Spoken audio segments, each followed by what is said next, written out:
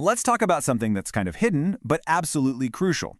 How do we figure out exactly how much electricity we're going to need? Not just tomorrow, but next year, or even 10 years from now.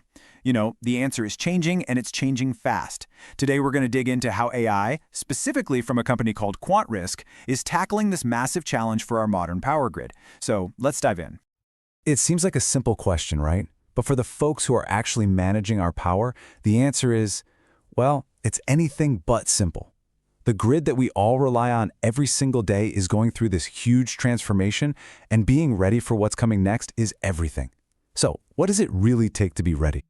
The biggest challenge today really comes down to one word: uncertainty. I mean, think about it. We have energy coming from brand new places like all the solar panels on our neighbors' roofs, what the experts call distributed energy resources, or DERs. Then you've got millions of electric vehicles plugging in all at different times. This creates a super complex, kind of unpredictable situation where the old ways of forecasting, they just don't cut it anymore. Okay, so to get a handle on all this complexity, QuantRisk takes two really distinct paths to get to one single, precise answer. It's all about looking at the grid from two different angles, from the ground level and then from, say, 30,000 feet up. This way, you make sure the final picture is totally accurate, from a single smart meter all the way up to the entire system. So here's how those two different paths actually work. The bottom-up approach, well, it does exactly what it sounds like. It starts with individual customers, with you and me, and then adds everyone up. Think of it like a super detailed street-level map. It's perfect for things like figuring out revenue. Then you've got the top-down method. This is more like the satellite view. It looks at the whole system to help make those big-picture decisions, like where do we need to build new infrastructure? And when you combine both of them, that's when you get a complete, totally cross-checked forecast. Now, here's the thing about any AI. It's only as smart as the data it learns from. And in the real world, let's be honest, utility data can be messy, it's often got gaps and inconsistencies, and this is where QuantRisk's AI really starts to shine. Its first job isn't even forecasting. It's cleaning up all that chaos and turning messy, inconsistent data into a truly reliable strategic asset. Okay, let's talk about a huge headache for utilities: SCADA data. This is the data that comes from all the control systems spread across the grid. The problem is, whenever parts of the network get rerouted for maintenance or whatever, the historical data gets all jumbled up. So QuantRisk's algorithm, it basically acts like a data detective. It goes back in time, finds all those inconsistencies, and corrects the records to create one single, clean history for the AI to learn from. It's a game changer. And it's a pretty similar story with smart meter data. If you look on the left there, you can see that readings are often missing. It happens all the time. But instead of just shrugging and ignoring those gaps, the AI intelligently fills them in. It analyzes all the patterns in the data around the gap to reconstruct what's missing. So you go from this incomplete, messy dataset to a whole one that's actually ready for some serious analysis. But what about all the homes that don't even have smart meters yet? That's a huge issue for a lot of utilities. Well, this is where the AI gets really creative. It can take old-school billing data and combine it with these massive libraries of typical energy use patterns to generate a surprisingly accurate synthetic profile for that missing home. It's an incredibly powerful way to fill in what would otherwise be a giant data gap. So, once the data is finally clean, we can stop looking backward and we can start modeling the future. And this is where it gets really, really interesting. Because it's not just about predicting what will happen, it's about getting ready for what could happen by using AI to play out a bunch of different what-if scenarios.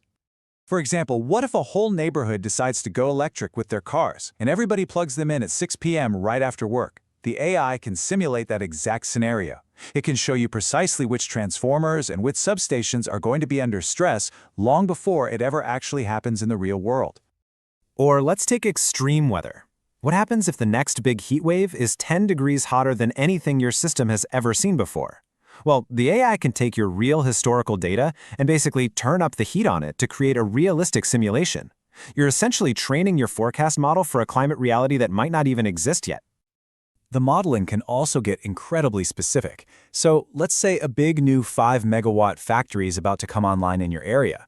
You can model that exact step change in demand to understand its precise impact on all the local feeders and substations. This lets you plan your infrastructure proactively, instead of having to reactively scramble to make upgrades later. And these examples are all part of a much larger AI scenario toolbox. You can model pretty much everything, from big economic shifts to a boom in rooftop solar, all to see how the grid is going to respond.